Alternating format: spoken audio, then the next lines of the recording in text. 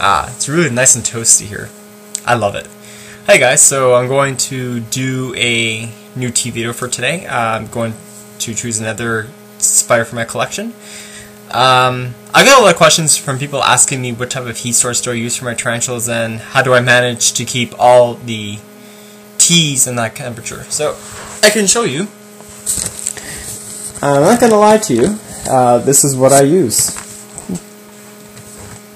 I use this nice home ceramic heater. It's on maybe a couple of minutes a day. Well, I would say maybe 2 hours, but I always keep it in short bursts. This is I think a 1500 watt unit. It's very, very powerful. Heats up the room, wouldn't lie to you, 20 minutes. And it's really awesome. I only use the ambient temperatures to warm up the room because heat mats, as I explained in my tea videos, especially the tea topic video, it's very dangerous to use any heat mats because they can disorient the spider, can get very stressed, and some of them can actually burn themselves really badly.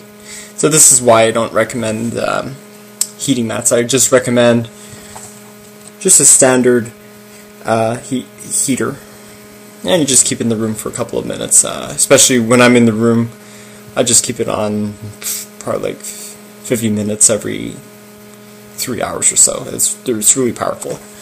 Okay, so now I'm going to choose another tarantula today. This was a request from Chase, YouTube user 7.62x54.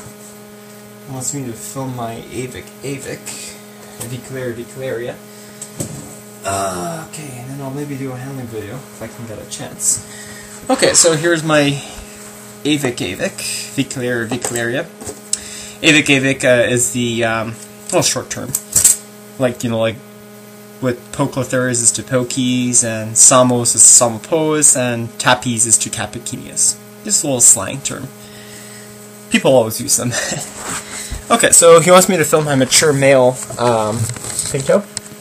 So this is Julian.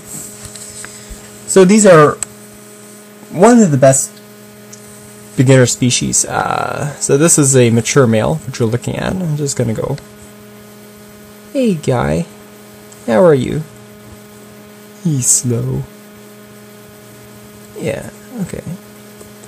So these guys come from French Guiana, Brazil, Trinidad. The problem is with the Avicularia genus is that the genus is kind of messed up. Like, there's so many avics that are inaccurately described, but there are a few that are really distinct. So it's pretty cool. So these are arboreals, as you know. This is a typical setup of an arboreal cage. So I always put a water dish, some substrate in here, not too much because arboreals don't really like to burrow as much. So the general Caresheet for pintos. So this would apply to the Avicularia versicolor, the Avicularia, the Minatrix, Urticans, Bronchus sheni, which is the Goliath pinto, the Latea, all the Avicularia species. So their temperatures between at least 80 degrees Fahrenheit, and they like to have it quite humid, at least between 80 to 85% humidity. So these are one of the most docile arboreals you can actually get. I do have a adult female Avicularia versicolor, but from my experience, she's more prone to biting than pintos are the only New World arboreal to possess urticating hairs.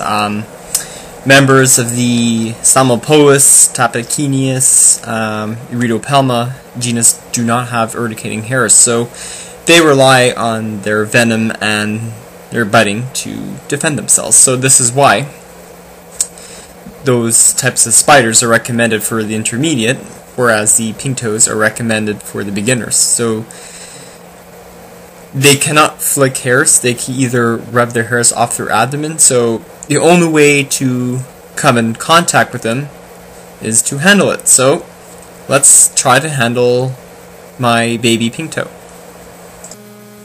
Okay, so pink toes are really easy tarantulas to handle. So problems with some of the pink toes is that these guys are very easily spooked.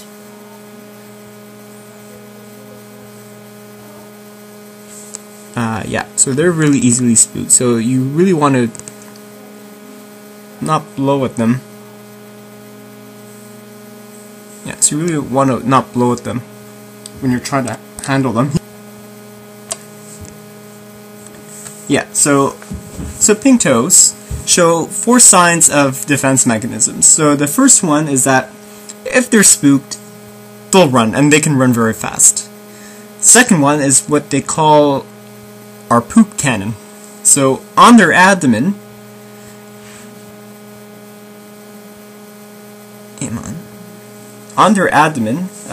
they can actually squirt poop, and with good aim too. And it's really disgusting. The third one is jumping. I don't know if you saw that in my earlier. She can jump pretty fast. And you can see the skittishness of it.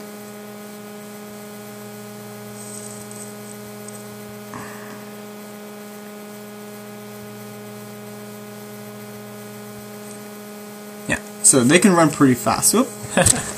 So this was my little baby. And the fourth defense mechanism is biting, which is very unlikely for a pink toe. But what you do have to do is you have to keep your hands relatively flat, because they can do exploratory bites. So say that tarantula got suddenly spooked, and if you were to handle it, it probably thinking it's going to fall. So what they'll do is that they'll use their fangs to hook onto your skin just to try to hold on, but they don't really hurt. It's about a pinprick, and no venom is ejected. So those what you call a dry bite. And that's pretty much it. So here is what a mature male looks like. So I brought him out to show you guys. So here's what he looks like. He's very leggy, very flat-bodied, which is also true for any arboreals, except the pokies. Pokies are kind of large and chunky. The reason why they're slender-bodied like that is that they live in trees, so they jump from tree to tree. So these guys are less prone to injuring themselves than terrestrials. So arboreals have chemoreceptors on their feet, so on their little toes. So sometimes they don't like the touch of skin, so to them it's kind of walking like on hot coal. So like, no, I don't want you to go. Like that's why sometimes they'll flail the legs like that. It means that they just don't like it.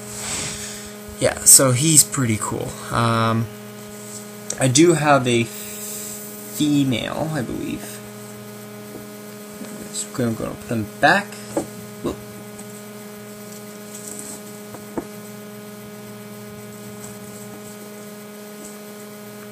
Okay, so here we go. He's cool.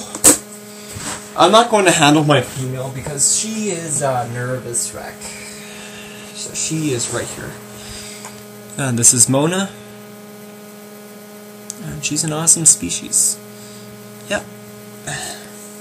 Alright, so hope you enjoyed it, and peace, guys.